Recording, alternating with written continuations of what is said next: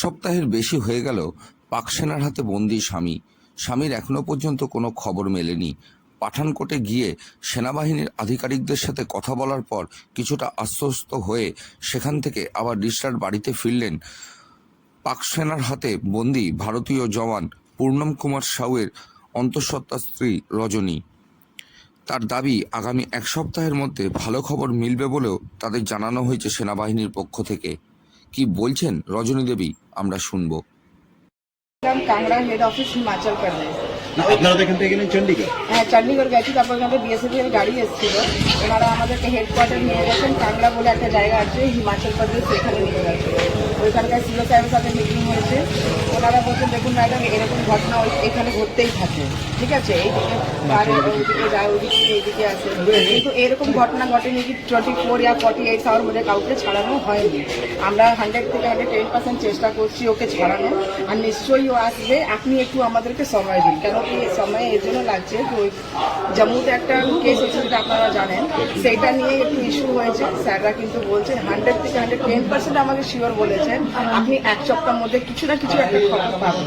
সেই যে তারপরে ওইখান থেকে আমি ফিরোজপুর হেডকোয়ার্টার গেছি, যেখানে ওনাকে অ্যারেস্ট করা হয়েছিল। ওইখানেও আমি सीओ साहब কথা বললাম, ওনারাও সেম কথা বলছেন कि मैडम देखिए वो अरेस्ट हुआ है, उसका कोई गलती नहीं है, वो गलती से उस लाइन पे चला गया था, जिसकी वजह से उसको अरेस्ट किया है। तो आप टेंशन मत लीजिए, हमारी पूरा डिपार्टमेंट लगी है, हमारी पूरी फौज लगी हुई है, इवन कि मिनिस्टर लेवल पे भी ये बात चला गया है। वो लोग पूरा फुल कोशिश कर रहे हैं कि जल्द से जल्द वहाँ से रिहा किया जाए। तो आप लोग भी टेंशन मत लीजिए, और जल्द से जल्दी कुछ हम लोग को खबर मिलेगा।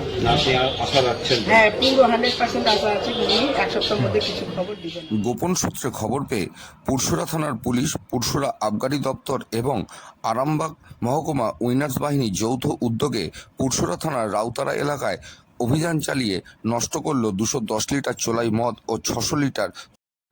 ভারতবর্ষের প্রথম আন্তর্জাতিক মানের টায়ার কারখানা ডানলপ ফ্যাক্টরি 2011 সাল থেকে পুরোপুরি বন্ধ হয়ে গেছে। বর্তমানে এখন ফ্যাক্টরির অধিকাংশই ফাঁকা মাঠ, আর বাকি ধ্বংসাবশেষ ঢেকেছে জঙ্গলে। যদিও প্রতি বছর নিয়ম করে সিআইটিইউ এর পক্ষ থেকে পালন করা হয় মে দিবস। বর্তমানে ডানলপের দমকল অফিসেই রয়েছে সিটুর অফিস, সেখানেই প্রতি বছর নিয়ম করে মে দিবস পালন করা হয়। এবছরও অনাড়ম্বরভাবে পালন করা হলো মে দিবস। কি বলছেন ডানলপের সিটুর নেতৃত্বরা এবং আগেকার শ্রমিকরা, আমরা শুনে নেব। ইউনিয়ন আমরা গর্ববোধ করি যে এই বন্ধ কারখানার এই অবস্থানগত পরিবর্তনের সাথেও আমরা প্রত্যেক বছর একটা সমৃদ্ধময় মে দিবস পালন করে আসছি। আমাদের প্রাক্তন যারা নেতৃত্ব ছিলেন, যারা ইউনিয়নকে সমৃদ্ধ করেছেন, তাদের এবং বর্তমান যারা আমরা দায়িত্ব পালন করছি, উভয় পরিপূরক হিসাবে এই মে দিবস আমাদের কাছে আলাদা উৎকর্ষ এনে দেয়। সেই সময় দাদা বলা যাবে কি, সেই সময় that is the golden period. একটা সময় ছিল, সেই সময় সবকিছুই হতো। একটা ছুটি পেতো সব মজদুরগুলো, চাই ইউনিয়ন, ওইখানে একটা সেলিব্রেশন, তারপরে একটা প্রসেশন, এইরকম করে ওইগুলো বাইরে করা হতো। সবাই মিলেজুলে ওইটা রাস্তা প্রসেশন বাইরে হতো, বিকালবেলা প্রোগ্রাম চলতো, বিভিন্ন রকম স্পিচ হতো। কিন্তু এই সময় মানে কি, ওইটা তো সব ভাঙাচোরা হয়ে গেছে, আর তো কিছু নেই। তারপরে এখানে ফায়ার ব্রিগেড গেছে, ওইখানে যা ফায়ার ব্রিগেড ছিল সেই সময় ওইখানে একটা অফিস মানে এরা টেম্পোরারি বেসিসে করেছিল, কিন্তু মাঝখানে কিছু গন্ডগোল জন্য ওটাও মানে ভাঙাচুরা হয়ে গেছে। আর কিছু নেই এখানে, আর কোনো মেডে কিছু নেই, শ্রমিকই নেই, খুঁজেও পাবো না আমরা। যাই আছে এখানে বাইরের লোকগুলো যা কিছু আছে, কিন্তু যা পার্মানেন্ট লোকগুলো কাজ করতো কেউ নেই, নিয়ার অ্যাবাউট যাকে বলে যা নেই। তো এখানে মেডেটাও কিছু কোনো সেলিব্রেশন নেই। আমাদের যখন খোলা ছিল তখন তো খুবই ভালো ছিল, আমরা বিভিন্নভাবে মিছিল করে মিটিং করে আমরা সেলিব্রেট করতাম, এবং সেদিনকে ছুটি থাকতো, শ্রমিকরা আরো ভাবে ফ্যামিলিগত নিয়ে এনজয় একটা করতো। কিন্তু আজকের দিনে তো পুরো জঙ্গল হয়ে গেছে, ফ্যাক্টরি পুরো মাঠ হয়ে গেছে, কিছুই নেই, কারো সঙ্গে কারো যোগাযোগ নেই, লোকেরা দুঃখর সময় একটা কাটছে। পৌরসভা দিকটা তাও কিছু আলো পালো রাস্তাঘাট হয়েছে, কিন্তু পঞ্চায়েত দিকটা তো কিছুই হয়নি, পুরোটাই ফাঁকা। সেইভাবে মানুষ কাটাতে দিন হারার মতন দিন কাটাচ্ছে। এর থেকে আর কি বেশি বলবো, মানুষের অবস্থা তো খুবই শোচনীয়। বিশেষ করে মে ডেতে যে কথাগুলো মনে পড়ছে আগেকার দিনে, তার জন্য খুবই মানুষ চিন্তায় আছে, শোচনীয় করছে কি ছিলাম আর কি হয়ে গেল। পয়লা মে শ্রমিক দিবস। একসময় শ্রমিক কর্মচারীদের উপর মালিকপক্ষের অত্যাচারে শ্রমিকরা অতিষ্ঠ হয়ে আন্দোলনের পথে যেতে বাধ্য হয়েছিল, যার মধ্যে অন্যতম দাবি ছিল 12 ঘন্টার পরিবর্তে 8 ঘন্টা কর্মদিবস। অনেক রক্ত ঝরার পর সেই দাবি পূরণ হয় আজকের দিনে। সেই থেকেই আজকের দিনটি শ্রমিক দিবস হিসেবে উদযাপন হয়ে আসছে। এদিন হুগলি চুঁচুড়া পৌরসভার INTTUCর পক্ষ থেকে দলীয় পতাকা উত্তোলন করে শহীদদের প্রতি শ্রদ্ধা জানানো হয়। এদিনের কর্মসূচিতে উপস্থিত ছিলেন শ্রমিক নেতা রাজশঙ্কর চ্যাটার্জি, অসীম অধিকারী, বিনোদ হরিজন সহ অন্যান্যরা। পরে এদিনের কর্মসূচি প্রসঙ্গে সংগঠনের পক্ষ থেকে অসীম অধিকারী বলেন, এর প্রতি অর্থাৎ সমস্ত কর্মচারীদের যারা আমাদের প্রাণ দিয়েছেন সেই সব কর্মচারীদের প্রতি আমরা শ্রদ্ধা জানালাম। যে সকল কাশ্মীর পেহেলগাঁওতে ভারতের পর্যটক প্রাণ দিয়েছেন জঙ্গিদের গুলিতে, তাদের প্রতি শ্রদ্ধা জানালাম। আমাদের আজকের এই অনুষ্ঠানে উপস্থিত ছিলেন হুগলি শ্রীরামপুর সাংগঠনিক জেলার সম্পাদক বিনোদ হরিজন, উপস্থিত ছিলেন হুগলি চুঁচুড়ার INTTUCর সভাপতি, উপস্থিত ছিলেন হুগলি চুঁচুড়া পৌরসভার সমস্ত স্তরের কর্মচারীবৃন্দ। তাদের সকলকে নিয়ে আমরা আজকে পতাকা উত্তোলন করলাম এবং শ্রমিকদের মান মর্যাদা যাতে বজায় থাকে, শ্রমিকদের কাজের উন্নতির মধ্যে দিয়ে চুঁচুড়া শহরের মানুষের যাতে আরও ভালো করে আমরা পরিষেবা দিতে পারি, তার জন্য আমরা প্রতিজ্ঞাবদ্ধ হলাম। এবং পশ্চিমবাংলার মাননীয় মুখ্যমন্ত্রী মাননীয় মমতা বন্দ্যোপাধ্যায়ের হাতকে শক্ত করার জন্য আমরা যাতে আগামী দিনে আমাদের এই ইউনিয়নকে আরও ভালোভাবে এগিয়ে নিয়ে যেতে পারি, সমাজে মানুষের পাশে কাজের জন্য থাকতে পারি, তার জন্য প্রতিজ্ঞাবদ্ধ হলাম। আজ রামকৃষ্ণ মিশনের প্রতিষ্ঠা দিবস। ঠাকুর শ্রী রামকৃষ্ণদেব তার নরেনের কানে যে জীব সেবার বাণী শুনিয়েছিলেন, সেই বাণীকে বাস্তবায়িত করতে নরেনের হাত ধরে গড়ে উঠেছিল এই রামকৃষ্ণ মিশন। আজ থেকে 126 বছর আগে এমনই এক পয়লা মেতে সারা বিশ্বে সেবা কাজের সামনের সারিতে যে নামটি উচ্চারিত হয়, সেটি হলো রামকৃষ্ণ মিশন। রামকৃষ্ণ মিশনের প্রতিষ্ঠা দিবস উপলক্ষে এদিন চুঁচুড়ার পেয়ারাবাগান রোডে চুঁচুড়া শ্রী শ্রী সারদা সংঘের পক্ষ থেকে তৃষ্ণার্ত পথচারীদের হাতে জল ও ঠাকুরের প্রসাদ তুলে দেওয়া হয়। পরে এদিনের কর্মসূচি প্রসঙ্গে সংঘের সম্পাদিকা সুমনা চৌধুরী জানান, রামকৃষ্ণ মিশনের প্রতিষ্ঠা দিবসটাকে কেন্দ্র করে আমাদের সংঘ এই পুষ্টের সপ্তাহে আমরা কর্মচারীদেরকে জল এবং বাতাসা বিতরণ করে থাকি। এবারে আমরা সেই প্রকল্পটাই আমাদের এখন এখানে চলছে। আচ্ছা, তা আপনারা কতক্ষণ এই যে কাজটা করছেন কতক্ষণ করবেন? আমরা এটা মোটামুটি 10:30 থেকে 12টা 15 12:30 পর্যন্ত করব। আচ্ছা, তা এটাতে আপনারা খুব একটা বড় কাজ করছেন দেখছি। এই পথচারীদের নিয়ে দাঁড় করিয়ে আপনারা দেখছি জল দিচ্ছেন, বাতাসা দিচ্ছেন, এইভাবে প্রসাদ দিচ্ছেন। মায়ের কৃপায় আমরা এটা আজকে প্রায় বছর 4-5 ধরে এই কাজটা করে যাচ্ছি। আমরা চেষ্টা করছি যাতে এটা আমরা আরও ভবিষ্যতেও এই কাজটা যাতে চালিয়ে নিতে পারি।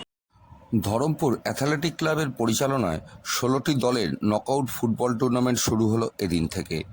শোভারানী মণ্ডল, অজিত ভূষণ ভট্টাচার্য, শচীন মালের স্মৃতিতে এদিন থেকে 16টি দল নিয়ে নকআউট পর্যায়ের এই ফুটবল প্রতিযোগিতা শুরু করা হয়েছে। এদিন ক্লাবের পতাকা উত্তোলনের পর খেলোয়াড়দের সাথে পরিচিত পর্বে মিলিত হন হুগলি জেলা স্পোর্টস অ্যাসোসিয়েশনের সভাপতি গৌরীকান্ত মুখার্জি, ক্লাবের সহ সভাপতি রত্না অধিকারী সহ বিকাশ চক্রবর্তী, ক্লাবের সম্পাদক সহ বিশিষ্টজনেরা। এছাড়া উপস্থিত ছিলেন ক্লাবের খেলাধুলা বিভাগের ইনচার্জ অসীম দাস। এদিন 16টি দলের এই টুর্নামেন্টে প্রথম খেলায় মুখোমুখি হয় কলকাতার নবজন্ম ক্লাব বনাম চুঁচুড়া ভারতী ইউনাইটেড। এদিন খেলা দেখতে মাঠে দর্শকদের ভিড় ছিল চোখে পড়ার মতো। পরে এ বিষয়ে ক্লাবের ফুটবল বিভাগের ইনচার্জ অসীম দাস বলেন, চুঁচুড়ার ঐতিহ্যবাহী ক্লাব ধরমপুর অ্যাথলেটিক ক্লাব দীর্ঘ 13 বছর পর সারা বাংলা 16টি দল নিয়ে এক বিরাট ফুটবল প্রতিযোগিতার আয়োজন করেছে। এই প্রতিযোগিতার উইনার্স টিমকে দেওয়া হবে নগদ 70,001 টাকা রানার্স টিমকে দেওয়া হবে নগদ 50,001 টাকা ও ম্যান অফ দ্য টুর্নামেন্টকে দেওয়া হবে 10,001 টাকা। স্বর্গীয় শোভারানী মণ্ডল, স্বর্গীয় সচিন কুমার মাল, স্বর্গীয় অজিত ভূষণ ভট্টাচার্যের স্মৃতির উদ্দেশ্যে আমরা এই ক্লাবটি করছি। আমরা এই অঞ্চলের সকল মানুষকে যাতে মোবাইল থেকে দূরে থাকার থেকে ফুটবল মাঠে আসুন, এই চিন্তাভাবনা নিয়ে, এই উদ্যোগ নিয়ে আমরা এই ফুটবল টুর্নামেন্টটি করছি। এই 16টি দল হচ্ছে হাওড়া, হুগলি, বর্ধমান, 24 পরগনা, কলকাতা এবং নদিয়ার। আমার নাম অসীম কুমার দাস। আমি এই ফুটবল কমিটির ফুটবল কনভেনার টুর্নামেন্টের।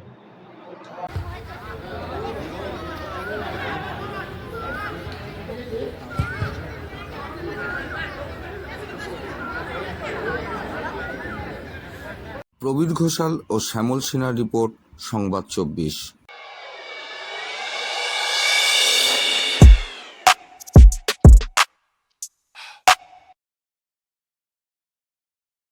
সূত্রে খবর পেয়ে পুরসুরা থানার পুলিশ, পুরসুরা আবগারি দপ্তর এবং আরামবাগ মহকুমা উইনার্স বাহিনী যৌথ উদ্যোগে পুরসুরা থানার রাউতারা এলাকায় অভিযান চালিয়ে নষ্ট করল 210 লিটার চোলাই মদ ও 600 লিটার চোলাই মদ তৈরির উপকরণ।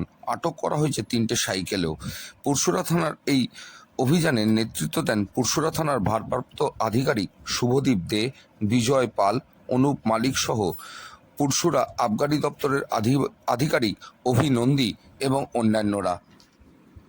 এদিন পুরসুরা থানা, পুরসুরা আবগারি দপ্তর এবং আরামবাগ মহকুমা উইনার্স বাহিনীর যৌথ উদ্যোগে 210 লিটার চোলাই মদ নষ্ট করা হয়। এদিন মে দিবস উপলক্ষে চন্দননগর সবুজের অভিযান, পশ্চিমবঙ্গ শ্রমিক কল্যাণ সমিতি এবং অন্তর্বীক্ষণ স্বেচ্ছাসেবী সংগঠনের যৌথ উদ্যোগে সুগন্ধার গটু, পদ্মাভাটা ও ব্যান্ডেলের নোয়াপাড়া ইটভাটার 85 জন শ্রমিক শিশুদের নিয়ে বিভিন্ন কর্মসূচির মধ্যে দিয়ে শ্রমিক দিবস পালন করা হলো। সবুজের অভিযানের পক্ষ থেকে সেখানে উপস্থিত ছিলেন পরিবেশবিদ তথা সমাজকর্মী বিশ্বজিৎ মুখোপাধ্যায়।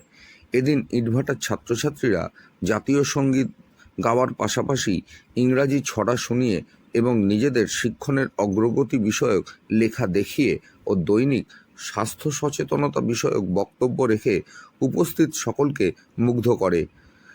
ডক্টর অসীমা চ্যাটার্জি স্মৃতি পাঠশালা এবং ডক্টর কাদম্বিনী গাঙ্গুলি স্মৃতি পাঠশালা মুক্তাঙ্গন শিক্ষাঙ্গনের নামকরণ করা হয়।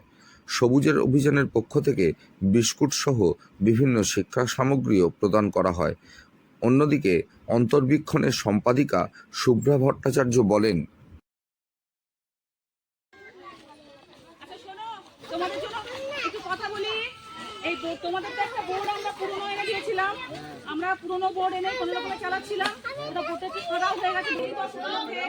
আমরা অন্তর্বীক্ষণ এবং সবুজের অভিযান এবং পরিবেশ একাডেমি, চন্দননগর পরিবেশ একাডেমি, এই সংস্থার পক্ষ থেকে আমরা এখানে সকলে সম্মিলিতভাবে মে দিবস পালনের জন্য এসেছি। আমাদের অন্তর্বীক্ষণে থেকে এই বাচ্চাগুলোকে আমরা চেষ্টা করি একটু পড়াশোনা শিক্ষার আলো প্রবেশ করানোর। আমরা ঘুরে এলাম সুগন্ধা গতুতে পদ্মা ইটভাটায়, সেখানে অনেকগুলো বাচ্চাকে আমরা শিক্ষার অঙ্গনে নিয়ে আসতে পেরেছি। আমরা এখানেও নিয়ে এসেছি এই বাচ্চাদেরকে, এদেরকে ডিসিপ্লিন শেখানো, এদের হেলথ হাইজিন শেখানো, এদের নাম লেখানো, এদেরকে অক্ষর পরিচয় জ্ঞান করানো বেশ শক্ত কাজ। তার জন্য আমি সবসময় অবদান হচ্ছে আমাদের এই ছাত্রছাত্রীরা আমাদের সাহায্য করে, এই ছোট ছোট ছেলেমেয়েরা যারা নিজেদের পড়াশোনা করছে প্লাস তারা কিন্তু এখানে এসে এই কাজে সহায়তা দিচ্ছে। তো আমরা আজকে যারা মহান অতিথিরা আমাদের সঙ্গে এসছেন, বিশেষত বিশ্বজিৎ মুখোপাধ্যায় স্যার এবং তাদের সঙ্গে অন্যান্য স্যাররাও এসছেন, তাদেরকে অসংখ্য ধন্যবাদ যে এমন একটা দিনকে আমরা কোনোদিনই ভাবতে পারিনি এত কিছু ভাবে এত সুন্দরভাবে আমরা করতে পারবো, কিন্তু প্রিয়াংশু আসছে। তো আমরা যে কাজটা করার জন্য যেটুকু করছিলাম সেটাকে আরো এগিয়ে নিয়ে যাওয়ার জন্য অনেকটা প্রেরণা পেলাম। পূর্ব বর্ধমান জেলার মেমারি 2 নম্বর ব্লক এলাকায় এক নাবালক নাবালিকার বিয়ে আটকে দিল প্রশাসন। মেমারি 2 নম্বর ব্লকের বিজুর এলাকায় 2 নাবালক নাবালিকা বিয়ে করেন। ঘটনার খবর পেয়ে মেমারি থানার সাতগেছিয়া ফাঁড়ির পুলিশ ও ব্লক প্রশাসনের পক্ষ থেকে ওই নাবালক নাবালিকাকে উদ্ধার করে তাদের দুটি পরিবারকে সচেতন করে তাদের পরিবারের লোকেদের হাতে ফিরিয়ে দেওয়া হয়। কিন্তু পরবর্তী পর্যায়ে তারা আবারও ওই নাবালক নাবালিকার বিয়ে দিলে একসঙ্গে থাকতে শুরু করে। এরপরেই ঘটনাস্থলে মেমারি থানার সাতগেছিয়া ফাঁড়ির পুলিশ, মেমারি 2 নম্বর ব্লকের আধিকারিকরা সেখানে যান এবং চাইল্ড লাইনের পক্ষ থেকে আধিকারিকরা এসে ওই নাবালক নাবালিকাকে উদ্ধার করে নিয়ে যায়। মেমারি থেকে মৃত্যুঞ্জয় যশের রিপোর্ট, সংবাদ 24।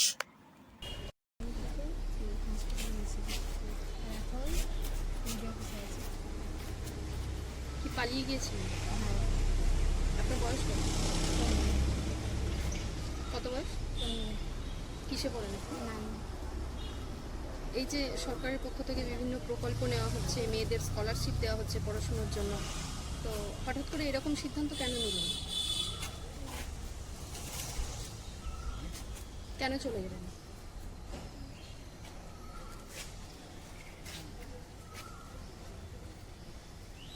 আপনি জানেন 18 বছর না হওয়ার আগে এই কাজগুলো করা যায় না বা বিয়ের সিদ্ধান্ত নেওয়া যায় না, চলে গেলেন কেন?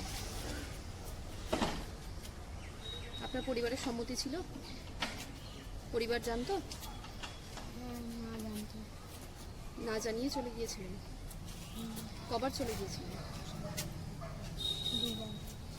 প্রথমে গেছিলাম পরে আসলাম।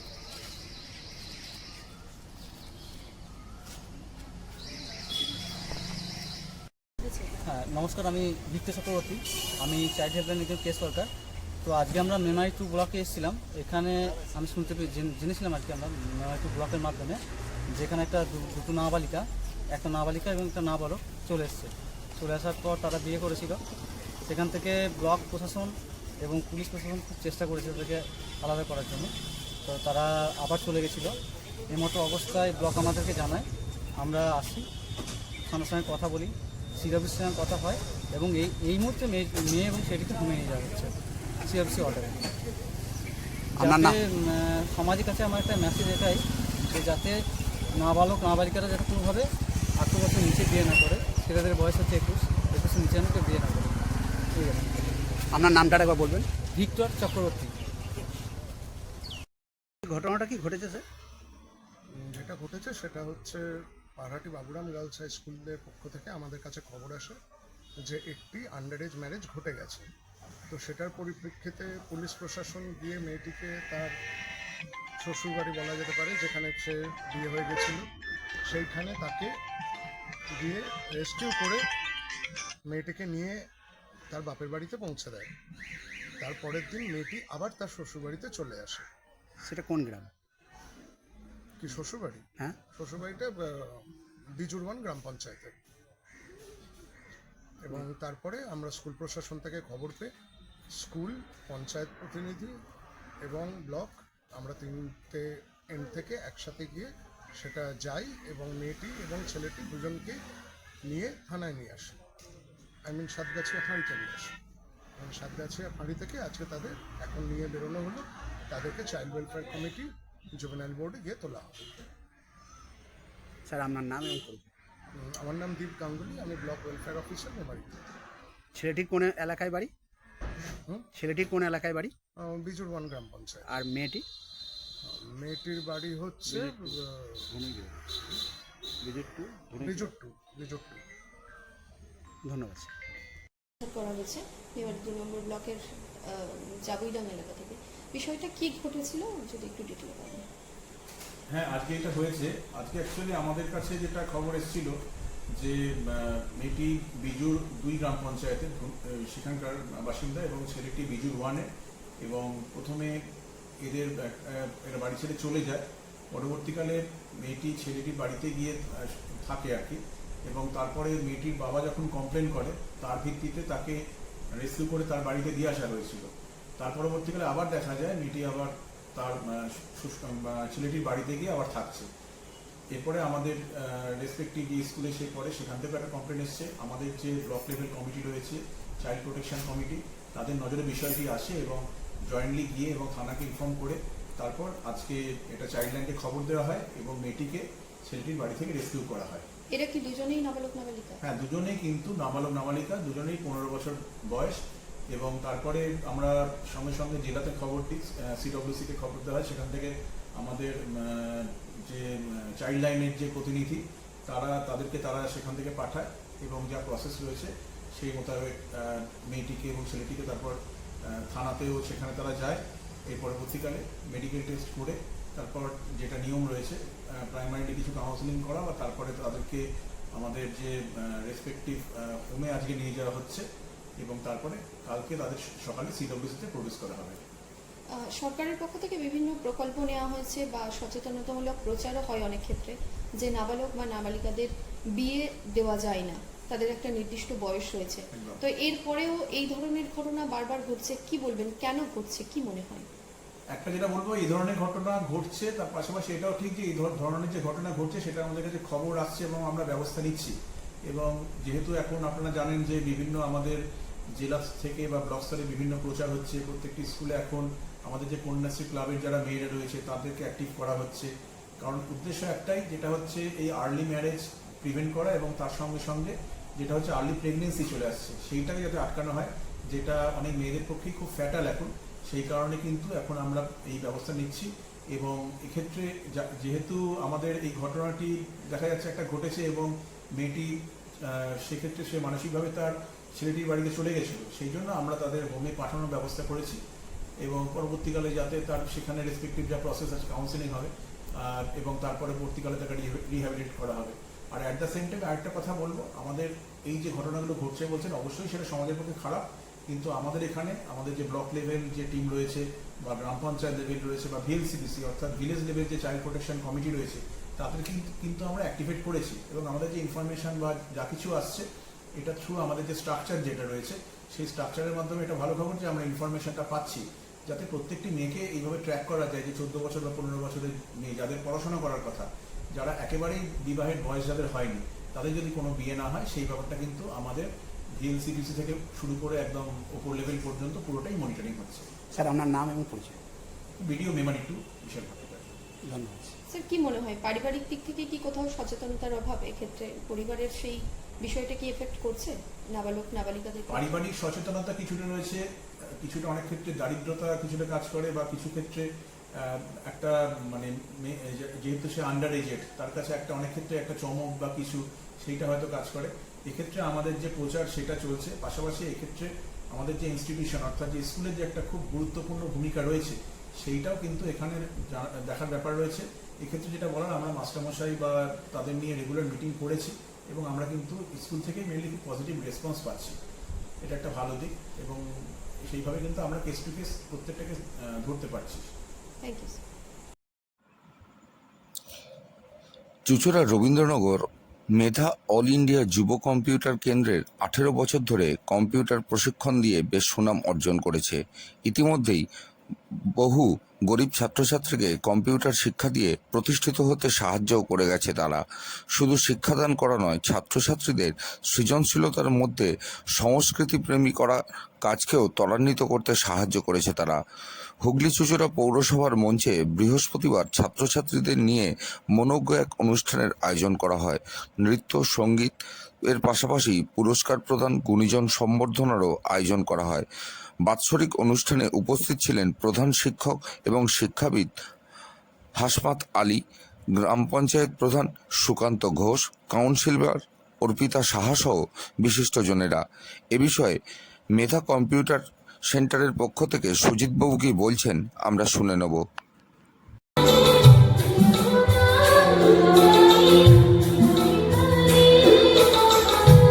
দীর্ঘ 18 বছর ধরে রবীন্দ্রনগরে মেধা, এখন বর্তমানে অল ইন্ডিয়া যুব কম্পিউটার, আমরা কম্পিউটার শিক্ষার সঙ্গে এছাড়ার পাশাপাশি যে সকল দরিদ্র এবং মেধাবী ছাত্রছাত্রী আছে তাদেরকে আমরা বিশেষভাবে সহযোগিতা করি, এমনকি বিনা ফিজেও আমরা দরিদ্রদের বিভিন্ন রকম কোর্স করাই। এছাড়া কেরিয়ার গাইড এবং আমরা একটা নতুন উদ্যোগ নিচ্ছি যে বিনা পয়সার পাঠশালা, অর্থাৎ একদম যারা দরিদ্র সমাজে পিছিয়ে পড়া তাদের 12 বছর বয়স পর্যন্ত ছাত্রছাত্রী যাদের আমরা সম্পূর্ণ পড়ার খরচটা আমরা বিয়ার করব এবং তাদের সমস্ত কম্পিউটার শিক্ষা এবং অঙ্কন শিক্ষা এবং তার পাশাপাশি বই খাতা শিক্ষার যে প্রয়োজনীয় সামগ্রী সেগুলো আমরা সরবরাহ করব। কত বছর ধরে চালাচ্ছেন? আমি 18 বছর হয়ে গেল, দীর্ঘ 18 বছর ধরে আমরা কম্পিউটার শিক্ষার সঙ্গে কম্পিউটার শিক্ষা প্রদান করে অঞ্চলে রবীন্দ্রনগর সহ বিস্তীর্ণ অঞ্চলে এবং আমাদের অসংখ্য ছাত্রছাত্রী বিভিন্ন জায়গায় প্রতিষ্ঠিত। আমরা এমনভাবে শেখাই যাতে তারা পরবর্তী ক্ষেত্রে আবার নিজেরাই অপরকে শেখাতে পারে। আমাদের এখানে শিক্ষার মানটা অত্যন্ত উন্নত মানের এবং এটা এই অঞ্চলের সকলেই জানেন এবং যারা ক্লাস করে গেছেন আমাদের এখানে করেন, যার ফলে আমাদের আমরা চেষ্টা করি যাতে সকলেই যাতে কিছু না কিছু অন্ততপক্ষে সমাজের বুকে দাঁড়িয়ে প্রতিষ্ঠিত হতে পারে। আপনার নাম? আমার নাম সুজিত কুমার দেব।